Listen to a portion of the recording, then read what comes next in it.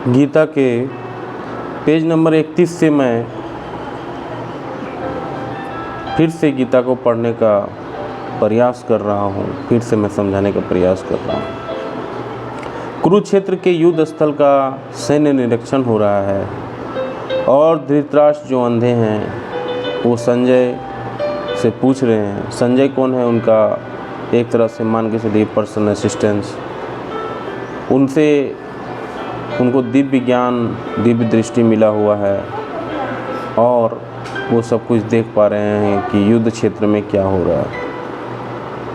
धृतराष्ट्र पूछ रहे हैं संजय से, धर्म क्षेत्रे कुरुक्षेत्रे समवेता युयुत्सव मामका पांडवश्चैव किम कुर्वता संजय।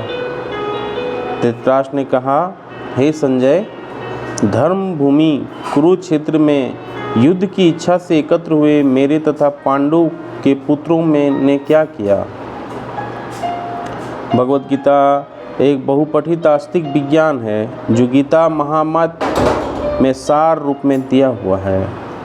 इसमें यह उल्लेख है कि मनुष्य को चाहिए कि वह श्री कृष्ण के भक्त के सहायता से समीक्षण करते हुए भगवत गीता का अध्ययन करे और स्वार्थ प्रेरित व्याख्याओं के बिना उसे समझने का प्रयास करे। अर्जुन ने जिस प्रकार से साक्षात भगवान श्री कृष्ण से गीता सुनी और उसका उपदेश ग्रहण किया, इस प्रकार की स्पष्ट अनुभूति के उदाहरण भगवत गीता में ही है। यदि उसी गुरु परंपरा से निजी स्वार्थ से प्रेरित हुए बिना किसी को भगवत गीता समझने का सौभाग्य प्राप्त हो तो वह समस्त वैदिक ज्ञान तथा विश्व के समस्त शास्त्रों के अध्ययन को पीछे छोड़ देता है। पाठक को भगवत गीता में न केवल अन्य शास्त्रों की सारी बातें मिलेगी, अपितु ऐसी बातें भी मिलेगी जो अन्यत्र कहीं उपलब्ध नहीं हैं। यही गीता का विशिष्ट मानदंड है। स्वयं भगवान श्री कृष्ण द्वारा साक्षात उच्चरित होने के कारण यह पूर्ण आस्तिक विज्ञान है। महाभारत में वर्णित धृतराष्ट्र संजय की वार्ताएं इस महान दर्शन के मूल सिद्धांत का कार्य करती हैं। माना जाता है कि इस दर्शन की प्रस्तुति कुरुक्षेत्र के युद्ध स्थल में हुई, जो वैदिक युग के पवित्र तीर्थ स्थल रहा है।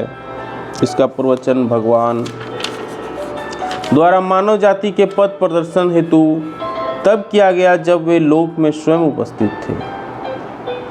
धर्म क्षेत्र शब्द सार्थक है क्योंकि कुरुक्षेत्र के युद्ध स्थल में अर्जुन के पक्ष में श्री भगवान स्वयं उपस्थित थे।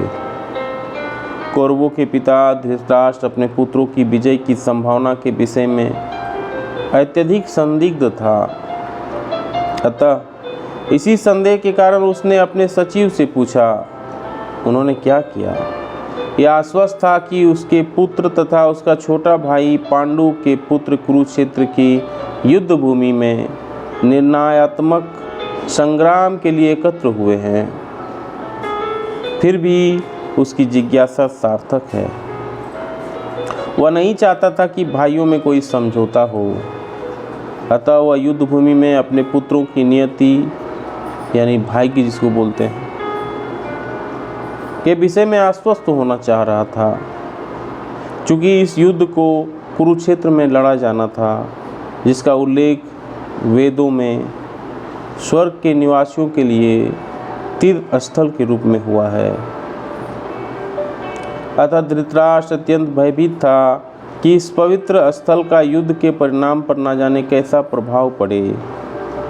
उसे भली भांति ज्ञात था कि इसका प्रभाव अर्जुन तथा पांडु के अन्य पुत्रों पर अत्यंत अनुकूल पड़ेगा, क्योंकि स्वभाव से भी वो सभी पुण्यात्मा हैं। संजय श्री व्यास का शिष्य था, अतः उनकी कृपा से संजय धृतराष्ट्र के कक्ष में बैठे बैठे कुरुक्षेत्र के युद्ध स्थल का दर्शन कर सकता था।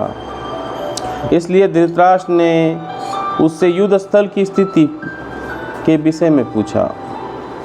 पांडव तथा धृतराष्ट्र के दो पुत्र दोनों में एक वंश के संबंधित है, किंतु यहाँ पर धृतराष्ट्र के वाक्य से उनके मनोभाव प्रकट होते हैं। उसने जानबूझकर अपने पुत्रों को कुरु कहा और पांडु के पुत्रों को वंश के उत्तराधिकारी से विलग कर दिया।